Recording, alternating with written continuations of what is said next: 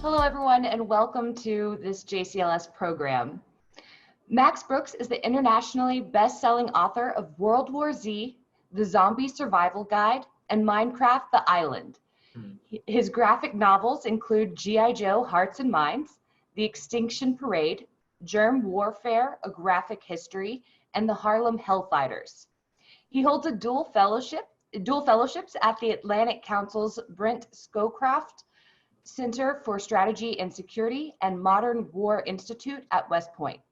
Max is here today to discuss his newest novel, Devolution, a first-hand account of the Rainier Sasquatch Massacre. Jackson County Library Services is pleased to be hosting this event featuring one of our favorite authors, especially since the Sasquatch legend is such a popular one here in the Pacific Northwest.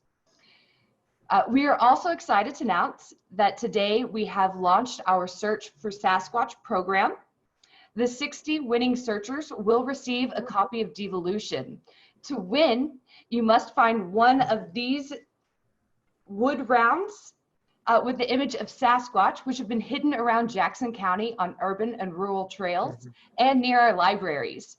Please be safe while searching and practice social distancing. I'm Carrie Turney-Ross, JCLS Adult Services Coordinator, and I will be moderating our discussion. Thank you so much for joining us today, Max. Thank you, Carrie. Thank you, everybody, for tuning in right now.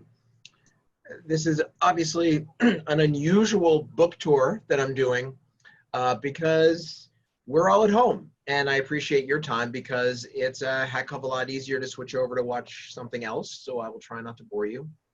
I don't know how many of you tuning in have actually read Devolution yet, just came out.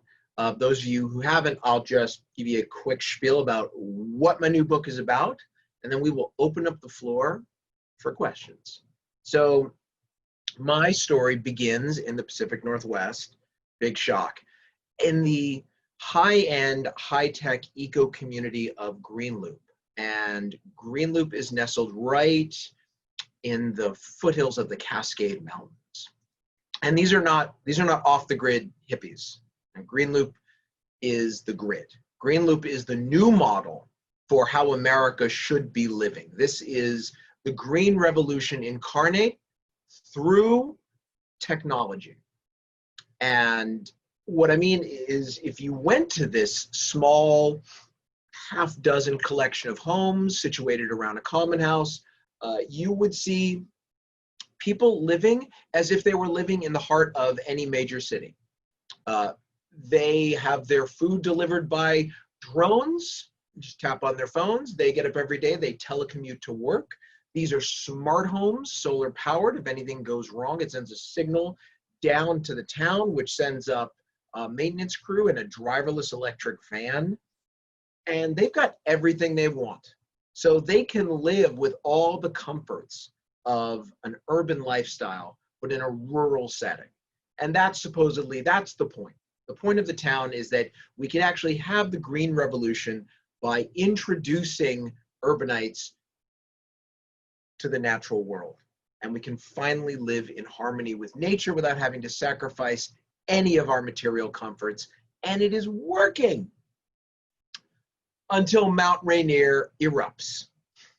And when that volcano blows its top, these people are not just cut off, they're forgotten.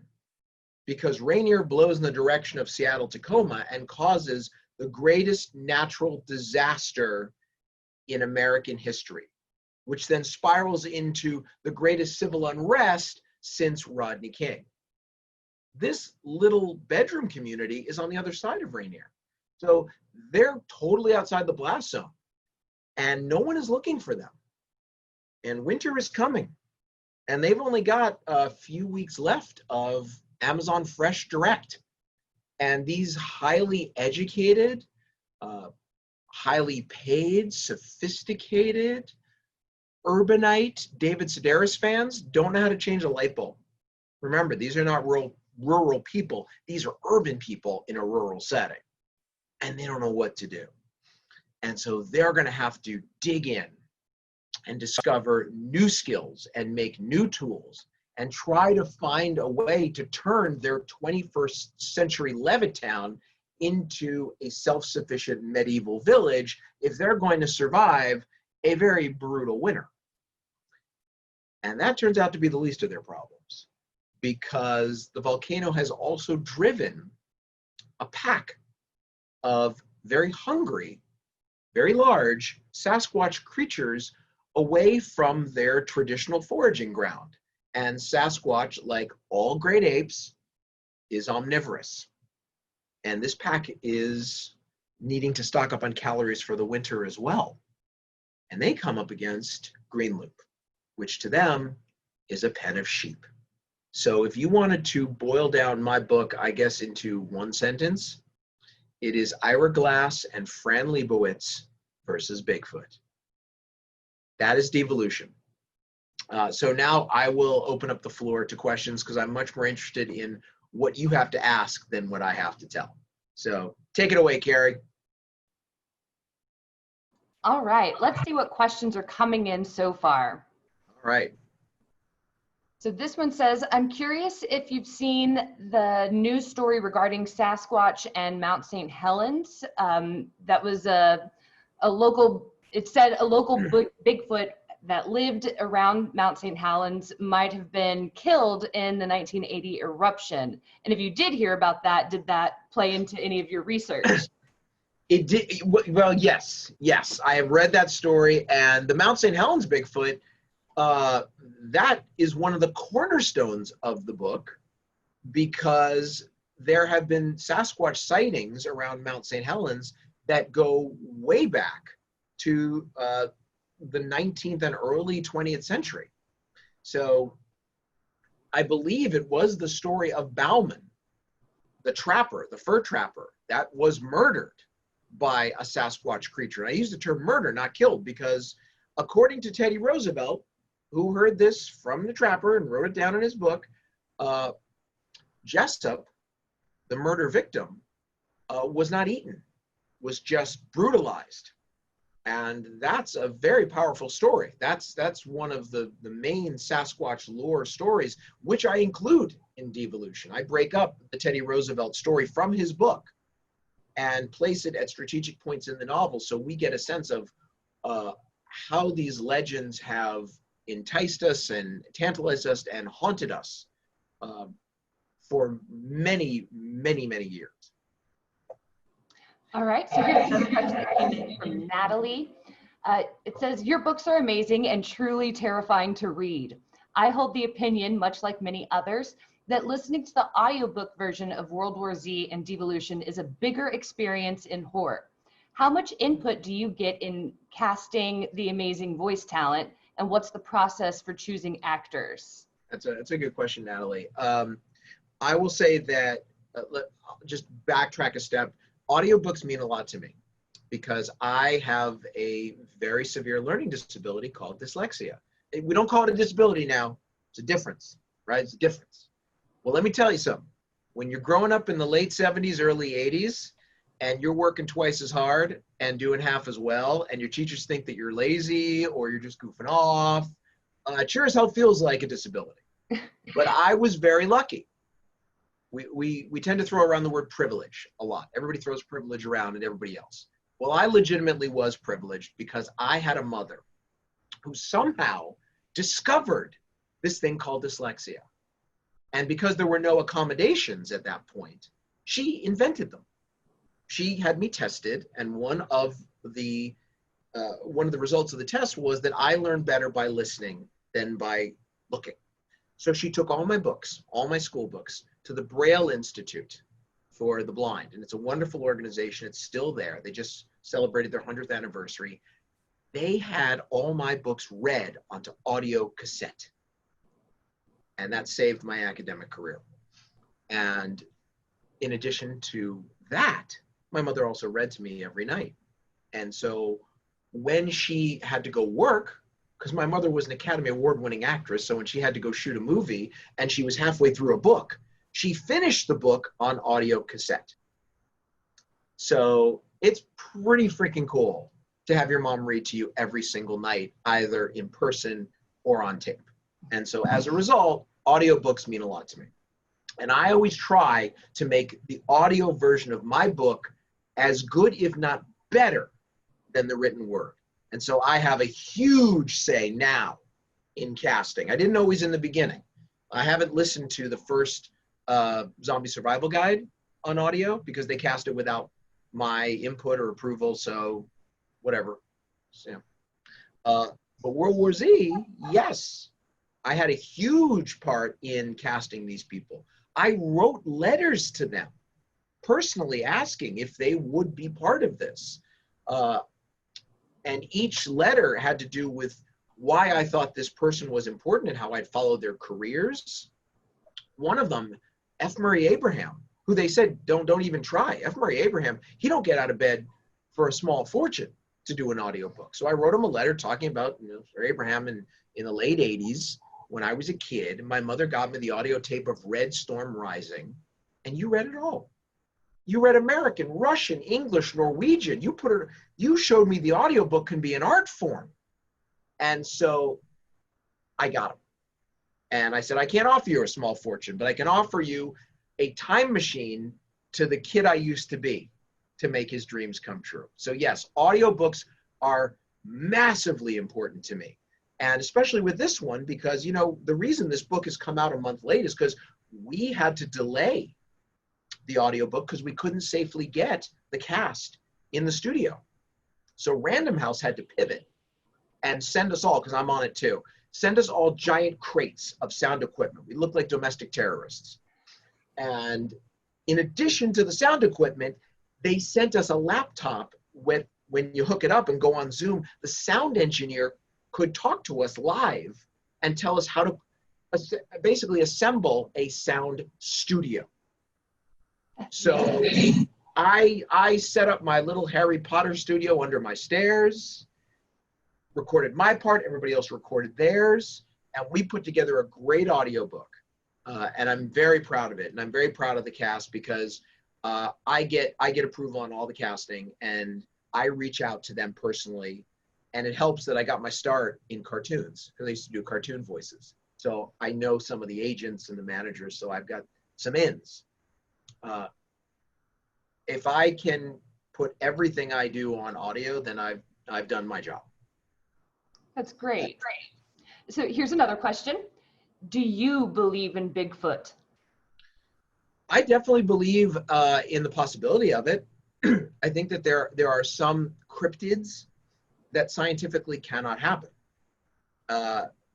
When I was a kid, the Loch Ness Monster was believed to be a plesiosaur. And then it was discovered that plesiosaurs were air breathing. So if that were true, you wouldn't see one every couple of months, you'd see one every couple of minutes. So no, that is not gonna happen. Certain things like one of my favorite movies ever was Them, the one about giant ants that grow from a nuclear blast. Well, that physically cannot happen. Scientifically, it's impossible because if you just took an ant and just grew it, it would suffocate because it could not get enough oxygen. They don't have lungs. And also, it would crash to the ground because its exoskeleton would be so heavy that it could not move. So scientifically, no plesiosaur in Loch Ness, no giant ants. But Sasquatch, I've done a tremendous amount of research into Sasquatch. And what I have learned is that there is no scientific reason a great ape cannot exist in North America. There is more than enough cover and concealment.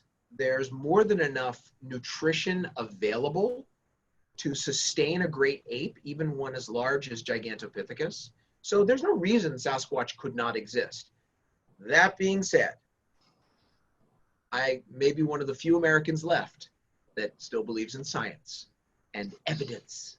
So when you show me evidence, if you show me a corpse that has been tested by actual scientists who went to science school and got science degrees and know what they're doing, and have proven that this corpse is of a great ape called Sasquatch, indigenous to North America, I'm sold. You got me. Great. Let's see. So this kind of piggybacks on that a little bit. this question is asking if you have always been interested in Sasquatch, or when that fascination started for you. Oh God, yes, yes. My fascination with Sasquatch predates my fascination with zombies. And when we say fascination, let's be honest, fear. Right. All right, because fascination, I think, is inaccurate. Fascination implies, I wonder if it's out there. That's fascination. With me, it was like, oh God, I hope it's not out there. So when I was a little kid, I grew up at the height of the first Sasquatch frenzy. This was late 70s, early 80s, when all these faux documentaries were coming on TV, and I didn't know it was fake. There is a character in the book, Ranger Josephine Schell, who talks about one of these movies, The Mysterious Monsters, and the scene in the movie where a woman is watching TV at night and a giant hand smashes through the glass, tries to grab her. Well, that story that she tells is my story. All right, I was that kid sitting in the dark with the window, watching TV, watching a woman watching TV as a giant Sasquatch fist smashes through the window. So I've always been terrified of Sasquatch, of those movies, and I've vacationed enough up in the Pacific Northwest to really be scared, even though I'm a grown-up, and I know, come on. But still, there's always a part of me that if I'm up in the woods and it's late at night and I go outside to pee, I pee really fast. Here's another good one. Is a group of Bigfoot called Bigfoots or Big Feet? I don't know. I don't know. I've done so much research for this book. I have studied Jeff Meldrum and Dr. Grover Krantz and John Green, all of them. I've read all the books on Sasquatch. Likewise, I also read all the books on primatology, because in all my books, no matter what I do, everything has to be real. Everything has to be based in reality, 100% Tom Clancy. That was my hero. That's who I try to emulate. I will do years of researching before I even write a word. In this book, I not only studied and read, and here are just some of them. I not only made one of the weapons that my characters made just to see if it could be done. Right. I not only went to the place where I put Green Loop on the map just to prove that my characters couldn't walk out. And I got news for you, they can't even walk in. I've done all that. Talking to scientists about how USGS volcanologists about how Rainier would really erupt, with a map of the eruption on my wall right here.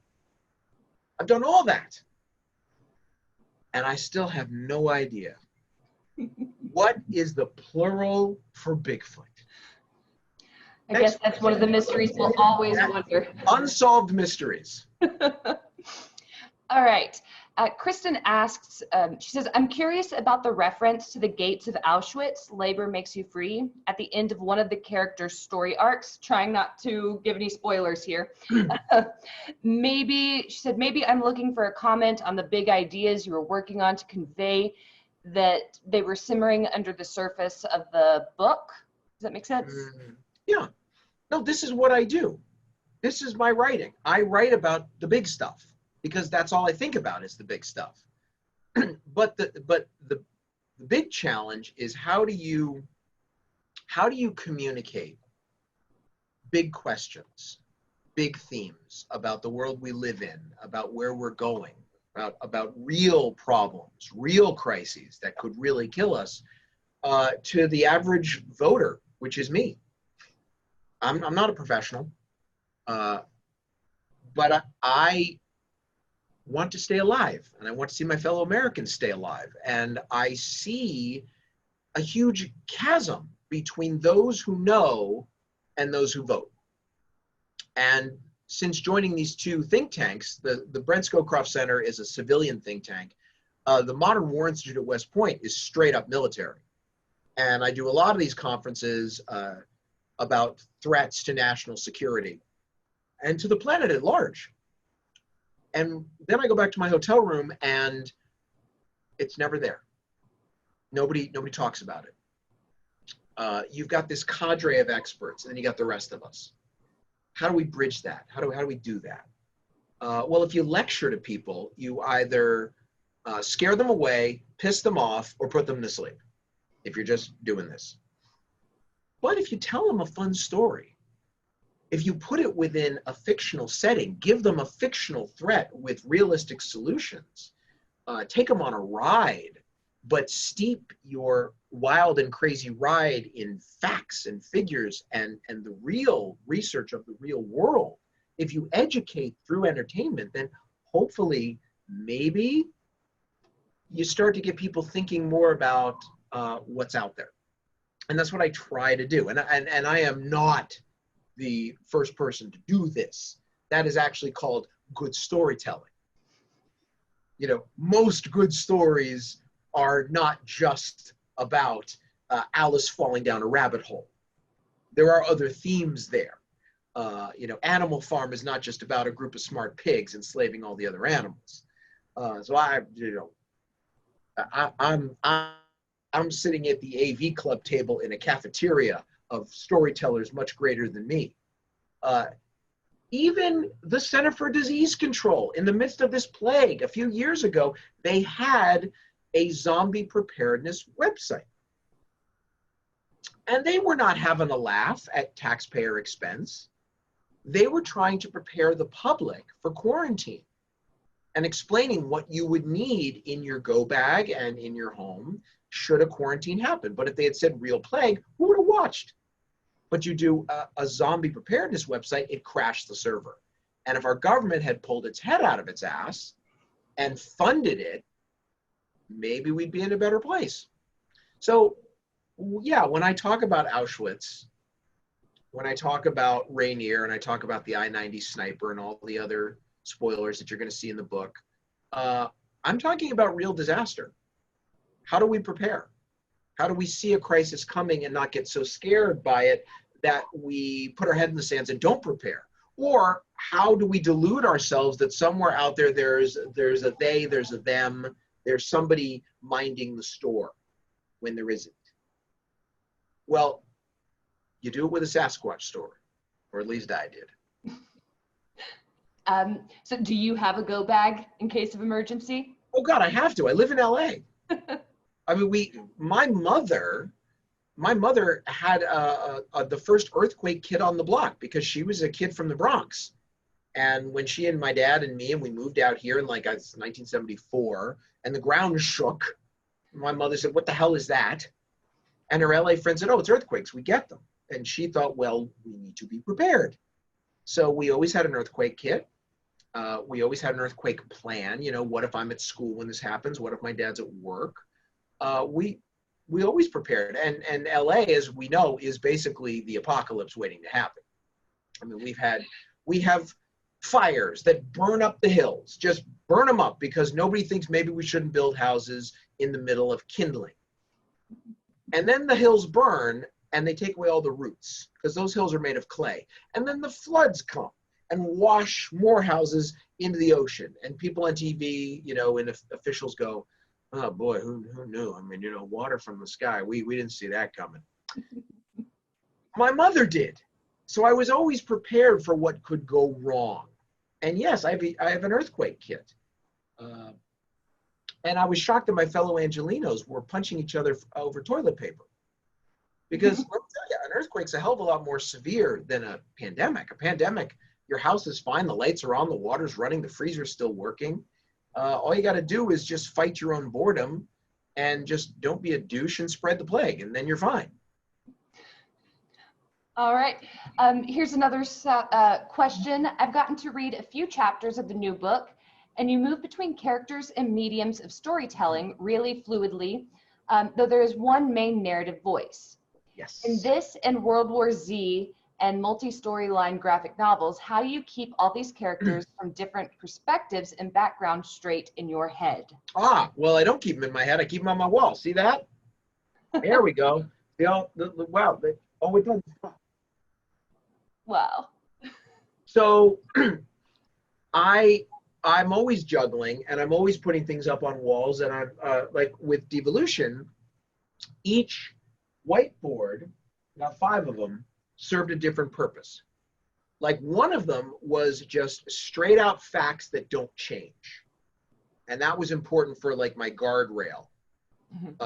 And like a typical fact that doesn't change is, without spoiling it for people who haven't read the book, my characters try to plant a survival garden in their garage, like a greenhouse.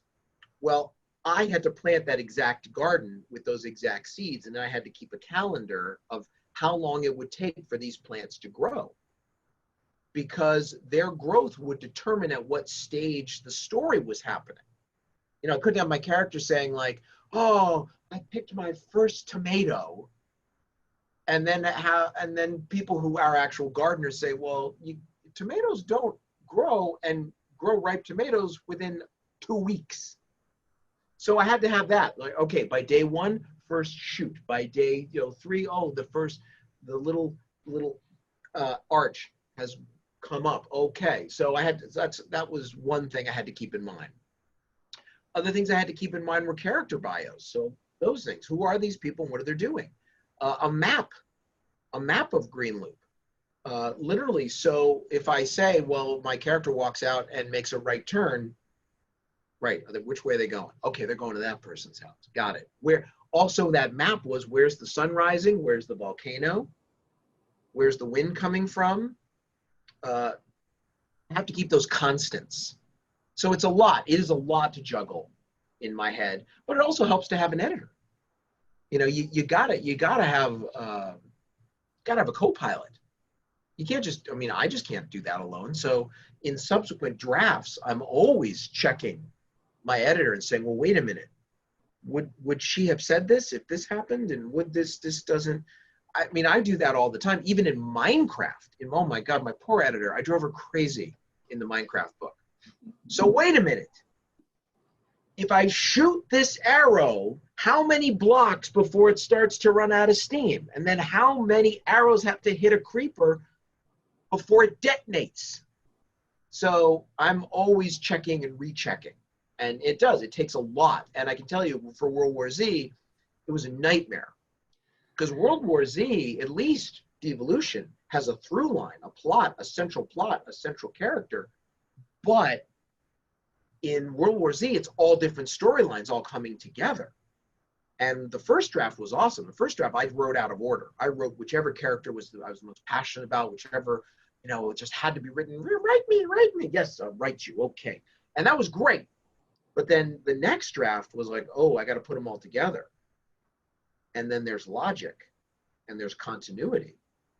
And if someone is getting in this mess here, the next character can't be getting in this mess here because this is a year later.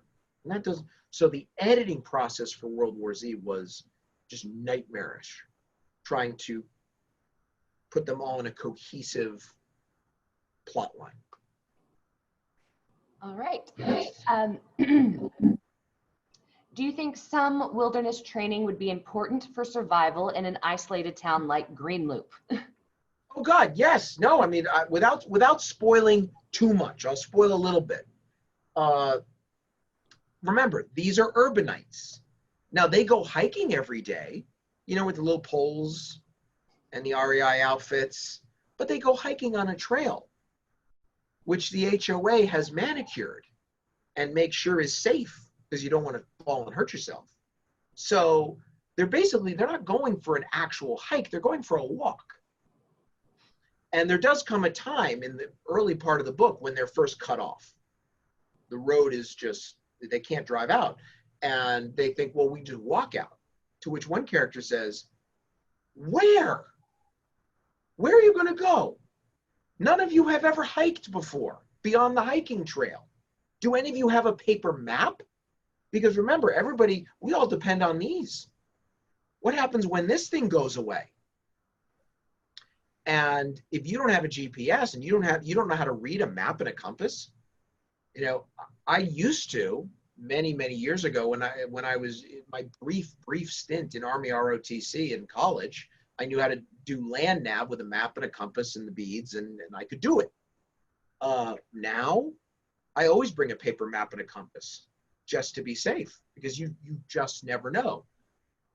So yes, some form of wilderness survival, because also, you're in the Pacific Northwest. That is brutal terrain. And up by Rainier, that is a rain forest. And I think I said before, like, I went up there to see if my characters could hike out. I could not hike in.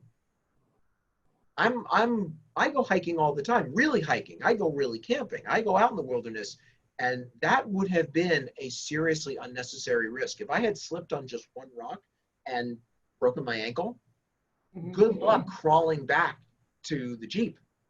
Because yeah, so my first job ever out of college was working for the BBC in Scotland in mountain rescue documentaries. And the biggest problem was the people like Greenloop. These were people from Glasgow and from Edinburgh who thought that they would just take a jolly jaunt up Ben Nevis because it was a beautiful day and the sun was shining and it was hot, and they would take off their jacket, they would hike up, and then the weather would change, boom, on a dime. And the storm clouds would come in and the temperature would drop and they would be lost and freezing and this close to death. And then these mountain rescue guys would have to helicopter up there and save them. And they would say this over and over again. This is one of my inspirations, 22 years old kid, I'm listening to them. They would say, you have to be prepared. When you step out your door, out of the city, into the country, you have to be prepared to take care of yourself until we can rescue you. And I never forgot that. So yes, if you live anywhere near the wilderness, you better know how to take care of yourself. All right, this question, Kara, I was fascinated by how your work evoked the fact that we think about ourselves as the apex predator, but that might be debatable. It's worth considering. I won't spoil the end for folks who haven't read the book yet. So that was more of a comment than a question, but what do you have anything to say about that? Oh God, look, I don't have to spoil the book. The truth is, we are not apex predators. The reason that we have this, the reason that I'm sitting here in an artificial cave where I can switch on an artificial sun, and right now I have an artificial winter coming out of the wall blowing at me while it's summer outside. The reason we've done this is because we are not apex predators. We are in the middle of the food chain. The reason we dominate the planet is because we are compensating for the fact that 99% of our evolution has been spent running for our lives. We were delicious. And we did not have mega strength, and we did not have fangs, and we did not have super speed. We did not have anything that the apex predators had. All we had was the ability to adapt. And we have used that as no species on the planet has ever used. So yes, we are not meant to dominate.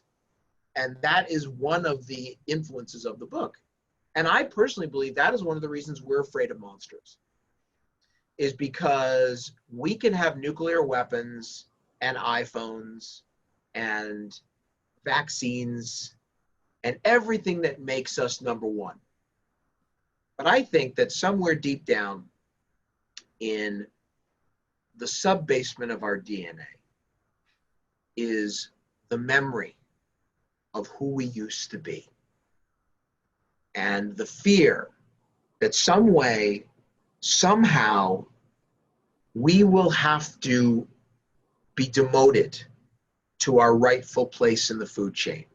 I think somewhere as a species, we know that we are pretenders to the throne. We are frauds. We are not supposed to be here. And somewhere the monsters that used to eat us are still out there. And one day they will come calling for their rightful place above us.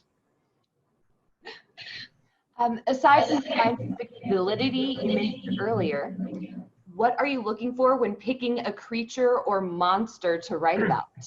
Oh, when I pick a creature or monster, it's got to come from me.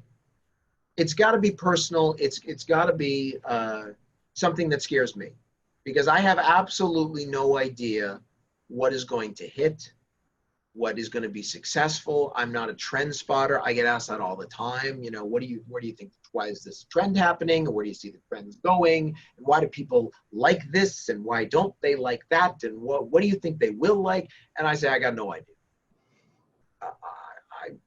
I know me. And I always write for me.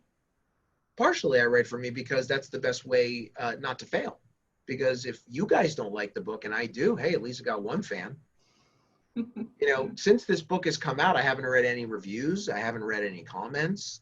I'm thrilled that people are liking it, and I hope enough people like it to allow me to write another book.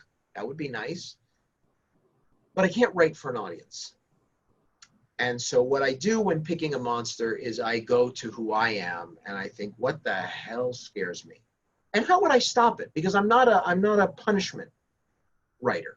Mm-hmm. And what I mean is, a lot of horror stories are just about people getting picked off one by one and essentially being punished for something. And they're helpless and they're hopeless and they all die. And there's a lot of horror films like that. And that's not me. I'm all about hope. I'm all about solutions. I start with something that scares me and I think, how would I survive it? And that process of trying to figure out how would I survive it will eventually morphs into a book. Great. Monica asks, she says, Mustar is my favorite character in the book. She's amazing. Can you talk about her development? Yeah. Those of you who haven't read it, and I'm not spoiling anything, Mustar is our artist in residence. And she is foreign. We don't know where she's from initially. And I won't say too much about her, but I will say that in the 1990s, when America was at its height, when the Cold War was over and the historian Francis Fukuyama called it the end of history, and there were suddenly naked people on our computers, and Freddie Prinze Jr. was a movie star, that's how good times were. When all this was happening, when Edward Norton's character in Fight Club could literally say, I'm looking at kitchens and I feel like I'm dead inside and I'm going to form a club where we fight so I can feel alive. That's how good things were. When all this was happening in America, there were other parts of the world that were in living hell, that were falling apart, where neighbors were killing neighbors, where family friends that had known each other since birth were suddenly trying to murder each other's children. Well, Mostar came from one of those places.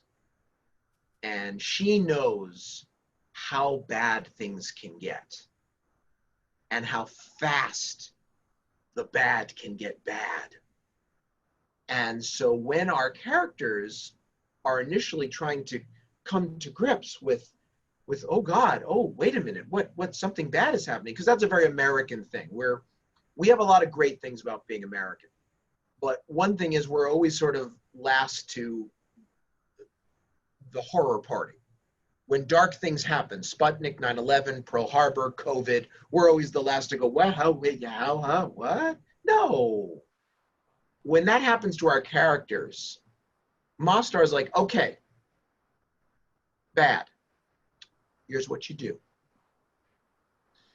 Because she's lived it. And she is not a voice of doom and gloom, as she is initially accused of.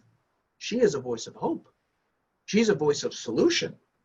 Listen, I've seen the fire, and I'm going to try and teach you how not to get burned. So that's the character of Mostar, and she's based on real people I know. In fact, you see some of the thank yous in the book where I have, because I always try to make sure that if I'm writing about someone's culture that is not my own, I better go to their school. I better be a student of their culture, which includes talking to actual people, hopefully who are still alive, who have lived through this catastrophe. So I can get the big picture, and also I can get the little picture, little things that you might never know. So yeah, Mostar is one of the pivotal characters in the book, and she's based in reality. She is very, very real. Ginny asked, how did you feel about the movie adaptation of World War Z? And how will you do when offered a movie adaptation for this book? How involved do you want to be in that? Oh, okay. Well, those are two different questions, Jenny. The first question is, there was no movie adaptation. Adaptation implies a morphing and a changing. That was not the movie. The movie was a complete departure, in which if you pretty much, I think, close your eyes through the title sequence, it bears little or no resemblance to my book. And I know this is going to sound crazy, but that was actually a good thing. Because when the movie was coming out, I thought I was going to be like Stephen King, having to watch The Shining, which was almost The Shining, but it wasn't The Shining. It wasn't his story. And he was fired off The Shining, by the way, if you don't know this. He was hired to write the first draft of the movie, and then Stanley Kubrick said, "You're fired. You clearly don't know how to write, Stephen King." And he hired someone else. And then the movie was a huge hit. And Stephen King had to watch this. I thought that was going to be me. I was so relieved to see that my characters were not mutilated and my story was not perverted. Now, I will say that the lead up to it, I had some dark moments. And two men saved me. Two men and one woman. My wife, because I saw the trailer. You know, I'm watching the trailer. And remember, if you've read the World War Z, the whole point is there's no hero. Right. We solve the big crisis by little people like us all coming together and doing our part, right? There's no hero. We're all heroic. But then I watched Entertainment Tonight. Coming up, the world's invaded by zombies and only Brad Pitt can save us. My wife just said, look, write to our friend, Frank Darabont. And if you don't know who he is, he created a little TV show called The Walking Dead. And then he was fired from it. He took Robert Kirkman's little obscure graphic novel, took it to AMC, and AMC was like, please, we're the Mad Men channel. And Frank's like, no, I can do this. I can do it under budget and on time, and I can make the first zombie TV show. And he did. And they said, bravo, Mr. Darabont, you're fired. So he knows what it's like.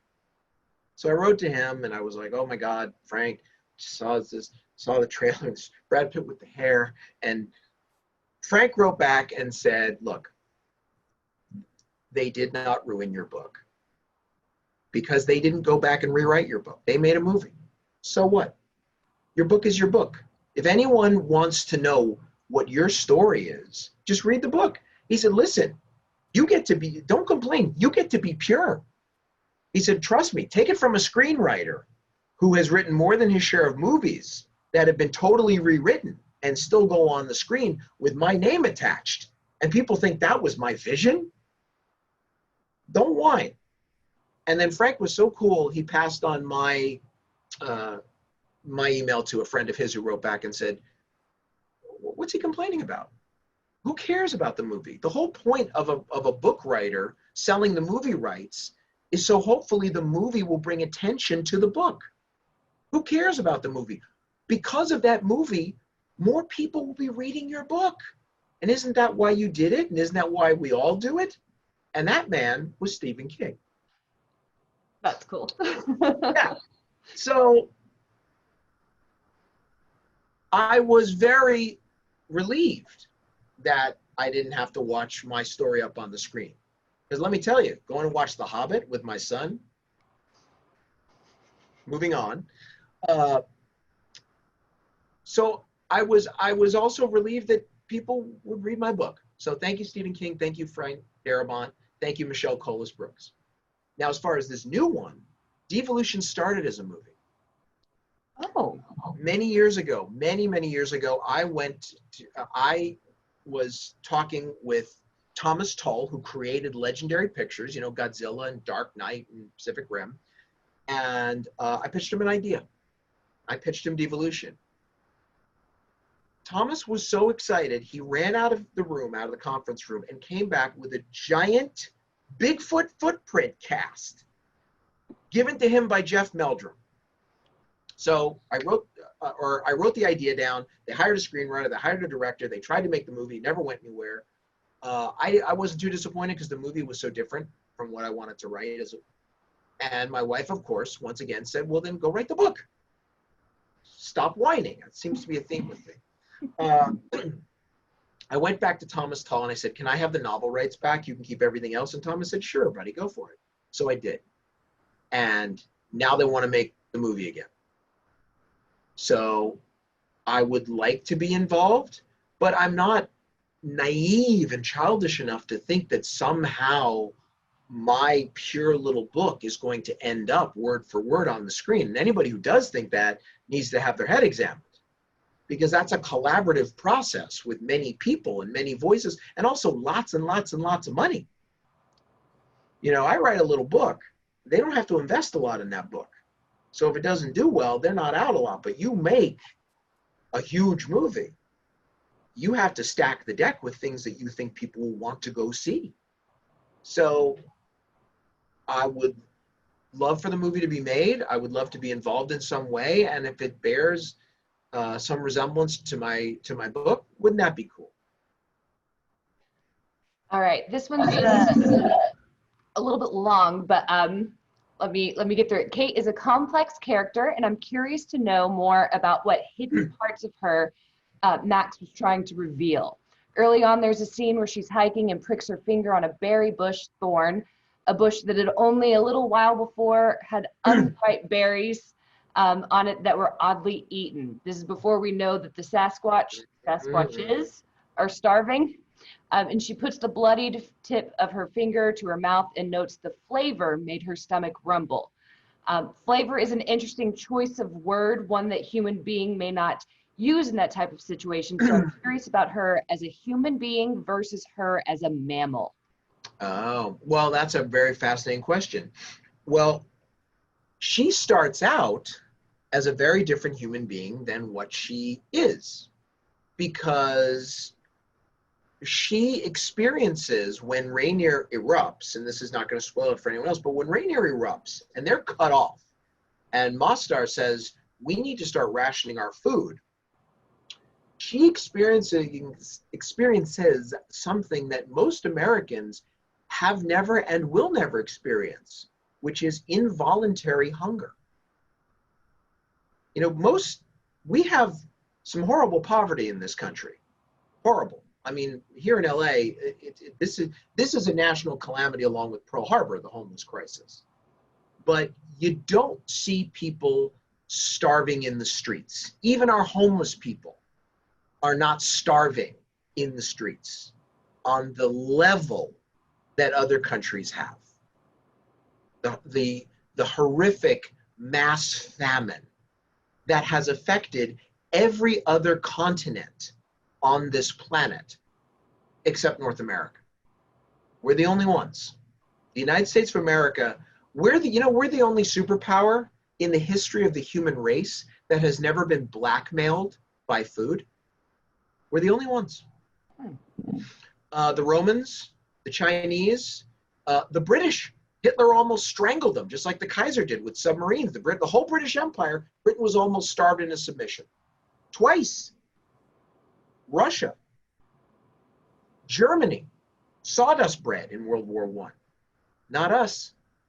Even in the darkest days of our Civil War, we were still growing enough wheat that we could sell to the British for profit. So Kate, who has dieted her whole life because she feels that societal pressure, and she's been hungry, but she's been hungry by choice. She's never been in a situation where she wanted to eat, but the food simply was not there. And there's nothing more primal than that, to be an animal in search of sustenance and to not be able to get that sustenance. And so when she pricks her finger and she tastes her own blood, that is not, the response does not come from here. The human, the frontal lobe, the rational, the analytical, the thought process. The response comes from the stomach that needs fuel to keep this machine going. And it tastes fuel. And it doesn't care where that fuel comes from. That's an involuntary response that triggers stomach acid that says, food is coming. I need more. So that's a powerful moment for this American girl.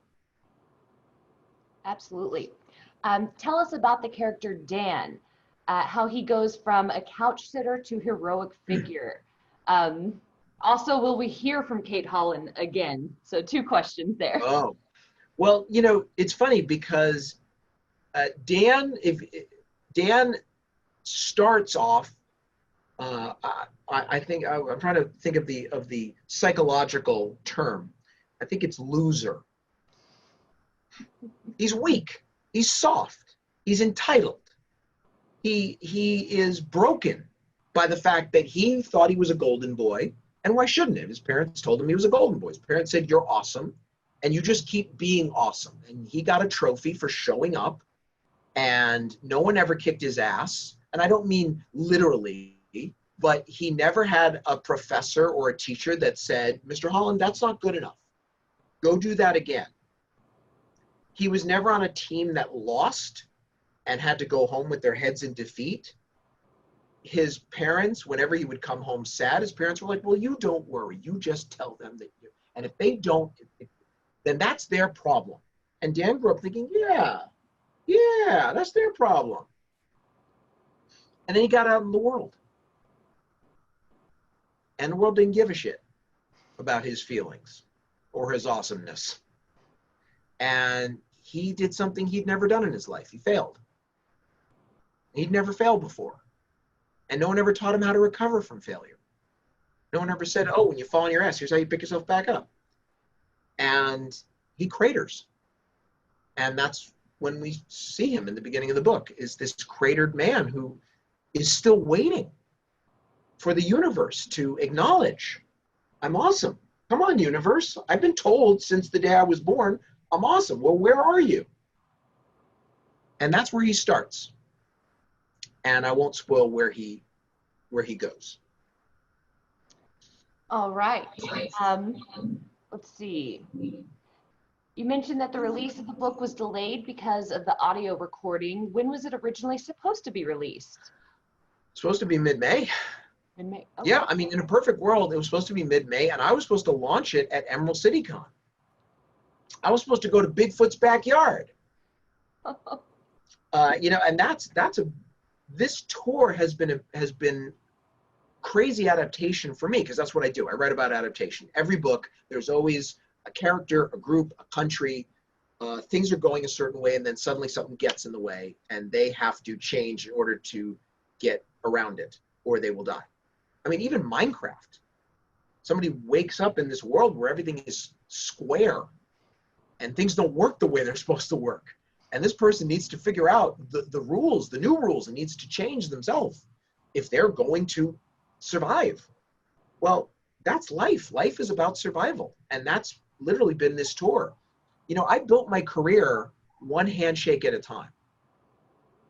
I built my career from the ground up, starting at Comic-Cons, starting at book signings, just going to libraries. And, you know, if it was 1,000 people showed up or 5 people, it didn't matter. I gave everyone the same amount of attention and time, and looked them in the eye and heard their stories and asked them questions, shook their hands, took a picture with them. And, you know, together we built this readership. And now that's all gone, because I can't go to Comic-Cons and I can't speak in front of a crowd and take their questions. So we're doing this now. And I don't know if it's a substitute. I hope it's some consolation for people on the other end. It is for me a little bit. But we have to adapt. This is the new reality. You know, most people in crises die in that early period when they cannot accept. They simply cannot accept the change. And unfortunately, too much of our country is stuck in that way right now. You know, I don't want to admit it. This is not happening. This is a hoax. If I want to go to the bar and wear a mask, I'm going to go do it. Not wear a mask. I'm not going to do it. Not going to do it. And today, we have now lost more Americans to this invisible enemy than we lost in World War I, because people will not adapt. So that goes into, we really have time for one more question, and this is part of the last question. They asked, when was the book originally released? And then in addition to that, what do you think about having it come out during our current situation? I have friends who have opted not to read while quarantined, read this book while quarantined. Others might be able to view it as a cautionary tale. So what do you think about that? Well, I mean, I do think that it's a dark book, but it's a hopeful book. I think it depends on people's psychology. You know, there are people who, when a crisis is happening, they want to read about the crisis. That's a very small percentage. Then there's people who don't want to deal with anything, and they just want to binge. You know, they just want to binge a show of good-looking Irish people having sex and then crying because he lost his summer job and he has to go back to his town, and then they can't see each other. And that's all. I just want to see that. There's no plague. You know, I'm guessing you're wanted to see other people. I'm guessing so. That's it. Thank God. No one said let's keep 6 feet apart, because they ain't keeping 6 feet apart in that show. But then there's people, the middle people, who they don't mind learning a little bit about disaster. But if it's a plague, it's too real. But if it's Sasquatch, okay, that's enough of a veneer. Now, look, to your friends who don't want to read this because they feel like the book is too dark and the times are too dark, who am I to tell them anything? And I will tell you that this is a hopeful book. This is a book about people who change and discover there's more to them than there is to them. This is not a victim book. This is not just about people getting slaughtered. This is about people being confronted with a crisis and realizing, in the words of my dad, there's more to me than there is to me. And I didn't write this knowing that this plague was going to happen, but I knew something was going to happen because that's the cycle of planet Earth. You know, we have good times and quiet times, and then we have crises. And sometimes the crises are happening at the same time that we're having good times, like in the 1990s. And then sometimes the crisis bleeds through, and we all in it, like right now. So if your friends don't want to read it because they think it's too real and I'll just get depressed, at least let them know that this is not a book meant to depress people. This is a book that is meant to show what humans are capable of doing when they're confronted with a crisis. Because I do remember what I said before, that Americans have strengths and weaknesses, and one of our, and I talked about one of our weaknesses. Well, one of our strengths as Americans is our ability to reinvent ourselves. And that's not jingoistic. That's history. Americans have been hit with a lot over these few centuries. And the way we survive is we totally reinvent who we are. Our last president could have been a slave of our first president. And like I said, I've done a lot of these big conferences with the smarty smarts, with the PhDs and the TED Talks, and I dare them. I say, you show me another country that has made this much social progress in this short a time. They don't have an answer. As Americans, we have the ability to change and to grow and to solve big problems. And we can do it by doing our part. And that's what this book talks about. These little people in the midst of this big problem, they can do their part. And that's my message of hope. Great. There is one last question. You can, sure. If you want to just say. No, let's do it. The name of, anyway, I'll just ask the question. Would you be a Tony or a Kate? Oh, God. I've never been a Tony. Oh, I'd like to, please. I mean, those guys, hey. That was never me. Listen, I don't know who's asking this. I'm assuming I don't know the age of this person. If you're a young person, I encourage you to see a movie called Pretty in Pink with the character of Ducky, played by John Cryer. Well, that's about as close as I'll ever get to being mirrored by someone in a movie. So no, I've met a lot of Tonys. In fact, the character of Tony and Yvette, those are based on two very real people I know. And I live in LA. There's Tonys and Yvettes. You can't throw a rock without hitting a Tony or an Yvette. So, but for better or worse, they ain't me. Well, thank you so much for joining us today, Max Brooks. I do want to tell everyone that is logged in, I'm putting into the chat box right now a book list that I created that has Max's books as well as some other books that you might enjoy if you like World War Z or Devolution. And then our JCLS events calendar, so you can see what other great events we have coming up. And with that, Max, I will let you go back to your evening. Thank you very much, everybody. Again, I know you all could have watched something else, weepy Irish people having sex. It's still there. You can go binge it right now. It's actually, it's quite well written. So, but thank you very much for this hour of your time. I appreciate it. Take care. Be safe. Wear a mask. Stay away from people. Wash your hands. Remember that it's not just about you getting infected. It's who you can infect. So thank you very, very much. Thank you, everybody. All right. Thank you. Bye-bye.